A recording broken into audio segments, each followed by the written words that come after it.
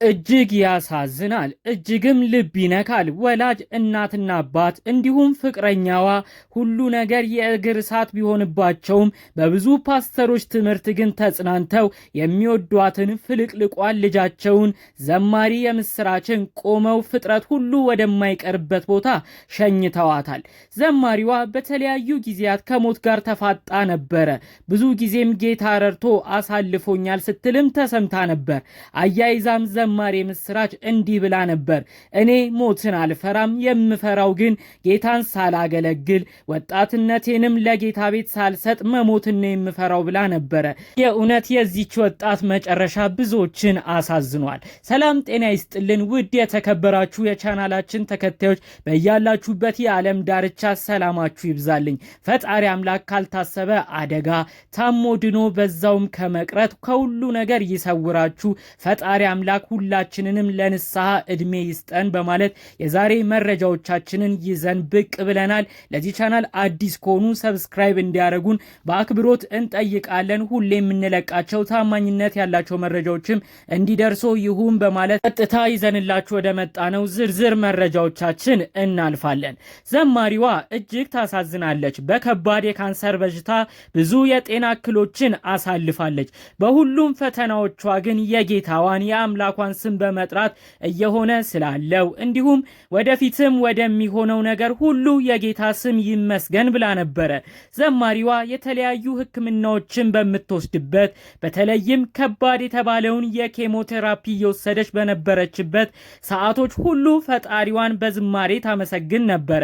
በተለይ የመጨረሻ ሕክምናዋ የነበረውን የአራተኛ ደረጃ ኬሞቴራፒ ስትወስድ በነበረበት ወቅት የዘመረችው የአምላኳን ስምም ያመሰገነችበት የመዝሙር ቪዲዮም በብዙ ቦታዎች ብዙዎችም ተመልክተውት ነበር።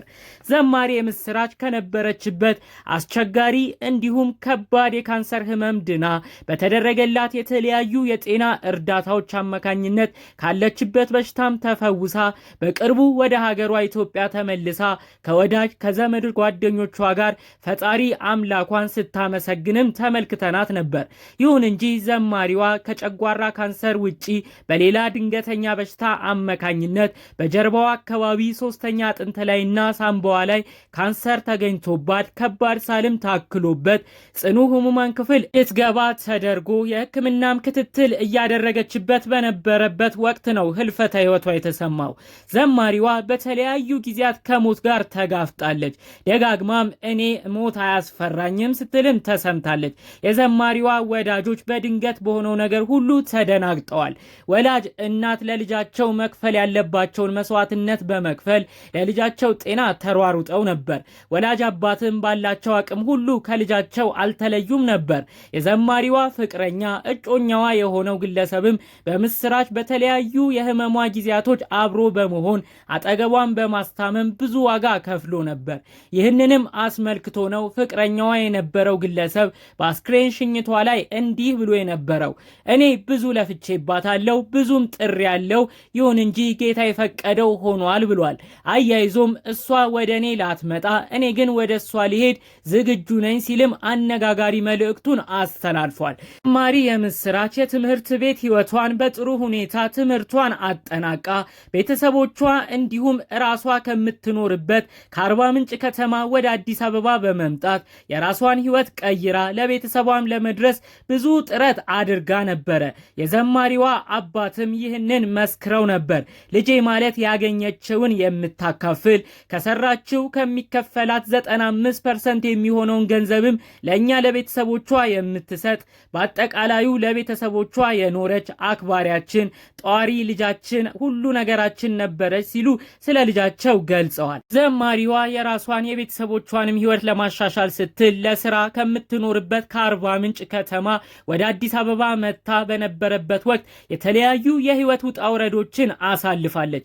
በምስጋና በመዝሙር ስራዎቿም እስክትታወቅ ድረስ የተለያዩ አስቸጋሪ የኑሮ ደረጃዎችን አልፋለች። የምትበላው ምግብ፣ የምትንቀሳቀስበት የታክሲ ትራንስፖርት ገንዘብ ሁሉ አጥሯት ወደ ቤተሰቦቿ ተመልሳ ክፍለ ሀገር ለመግባትም አስባ እንደነበረ ከዚህ በፊት በነበራት ቃለ መጠይቆች ገልጻ ተናግራለች። ይሁን እንጂ የመጀመሪያ አገልግሎት ዝማሬዋን ያቀረበችበት የቸርቹ ፓስተር ትንሽ ትዕግስት እንድታደርግና የዝማሬ አገልግሎቶች እንዲመቻቹላት ያለችበትንም ችግር ታግሳ ትንሽ ቆይታ በአዲስ አበባም ሆና የተለያዩ የመዝሙር ስራዎቿን እንድታቀርብ የተለያዩ እድሎችን እንደከፈተላት ገልጻ ተናግራለች። ይህንንም አስመልክቶ የመጀመሪያ ዝማሬ አገልግሎቷን በእሁድ ቀን ምዕመናን በተሰበሰበበት አቅርባ ነበር። ከህዝቡ ጋርም በቶሎ እንደተግባባች ገልጻ ተናግራለች። ዘማሪዋ ከመጀመሪያ መዝሙሯ በኋላ ብዙ ሰዎች ለቸርቻቸው የዝማሬ አገልግሎት እንድትሰጥ የተለያዩ እድሎችን እንደከፈቱላትም ገልጻ ተናግራለች። ዘማሪ የምስራች የተለያዩ የመዝሙር ስራዎችን በሀገር ውስጥና በውጭ ሀገራት በማቅረብ ጭምር በብዙ ሰዎች ዘንድ በቶሎ ተወዳጅ መሆን የቻለችም ግለሰብ ነበረች። ዘማሪዋን በቅርብ የሚያውቋት በቸርች አገልግሎትም አጠገቧ የነበሩ ጓደኞቿ፣ የመንፈሳዊ እህት ወንድሞቿ ስለ ምስራች እንዲህ ብለዋል። የምስራች በጸሎት የተጋች በጸባይዋ ትሁት የሆነች ከአንድ ሰው ጋርም ስትጣላ አይተናት የማናቅ ትንሽ ትልቁን አክባሪ ሰው ወዳጅ እህታችን ነበረች ብለዋል። የመንፈሳዊ አባቷ የሆነው ግለሰብም ስለ ምስራች እንዲህ ብሏል። የምስራች ማለት ወደ መጨረሻዎቹ አካባቢ በተለያዩ አገልግሎት ላይ ትካፈል ነበር። ጌታንም በብዛት ታገለግል ነበረ። እኛ እንደውም ከጤናዋ አኳያ ብዙ እንዳትጎዳ በማሰብ በቸርች አገልግሎት ውስጥ እያረፈች እንድትሰራ እንዲሁም ትንሽ ጊዜያቶችንም በቤቷ እየቆየች እንድታገለግል ስንጠይቃት እሷ ግን እህታችን የምስራች እኔ ከእንግዲህ በደንብ ነው ልሰራ የምፈልገው፣ በደንብ ነው ጌታን ላገለግል የምፈልገው ብላ መለሰችልን ይላል። መንፈሳዊ አባቷም አያይዞ እንዲህ ይላል። እኛን ሳትቀበለን የእኛን የስጋ ደካማ ምክራችንንም ሳትሰማ በሙሉ ልቧ፣ በሙሉ ጉልበቷ፣ በሙሉ ጊዜዋ ቃሞቿን ችላ ጌታዋን በማገልገል ነው የህይወቷን ፍጻሜ ያረገችው ሲል ተናግሯል። በስተመጨረሻም እንዲህ ብሏል። ለካ እህታችን የምስራች የባከነ ሰዓት ላይ ነበረች። እሷ ግን የባከነ ሰዓቷን ሁሉ ለጌታዋ ሰጥታ ጌታዋን አገልግላ ለመሄድ በሙሉ ልብ ላይ ነበረች። ይህ ለእኛ ለወጣቶች ትልቅ ትምህርት ነው። ፈጣሪያችንን በጉብዝና ወራቶች ማሰብ አለብን። ዘማሪ እህታችን ባለቻት የመጨረሻ ደቂቃዎች ሁሉ ጊዜዋን ለጌታ ሰጥታለች ሲልም መልእክቱን አስተላልፏል። የዘማሪዋ ሁኔታ እጅግ ያሳዝናል።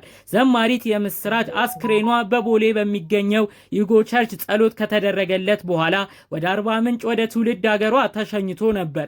በአርባ ምንጭም የዘማሪዋ አስክሬን በክብር አቀባበል ከተደረገለት በኋላ ወዳጆቿ፣ ዘመዶቿ፣ የሀገሯ ልጆች፣ አብሮ አደግ ጓደኞቿ በተገኙበት ስርዓተ ቀብሯ ተፈጽሟል። ዘማሪ የምስራች በብዙ ሰዎች ዘንድ የምትወደድ በትህትናዋ በጸባይዋ የምትከበር ከዛም አልፎ በዩኒቨርሲቲ ቆይታዋ ከሌሎች እምነት ተከታዮችም ጋር ጭምር ጥሩ የሚባል ግንኙነት የነበራት ሁሉን ሰው እኩል አይን የምታይም በብዙ ሰዎች ዘንድም የምትወደድ ግለሰብ እንደሆነች ጓደኞቿ መስክረዋል። የእውነት እጅግ ያሳዝናል። ለቤተሰቦቿ አሁንም መጽናናትን አብዝተን ተመኘን። ታዲያ እንግዲህ ከዚህ እህታችን አሟሟት እንዲሁም የአስክሬን ሽኝት ጋር ግን በተያያዘ አንድ መረጃን በስተመጨረሻ ማከል ፈለግን። ይኸውም በህመሟ ጊዜ አብሯት የነበረውን እጮኛ ፍቅረኛዋ የተናገረውን ንግግርን በማስመልከት ትኩረት ለሚያስፈልገው ነገር ትኩረት የቅርብ ሰዎቻቸው እንዲሰጡበት ይህን መልእክታችንን መናገር ፈልገናል።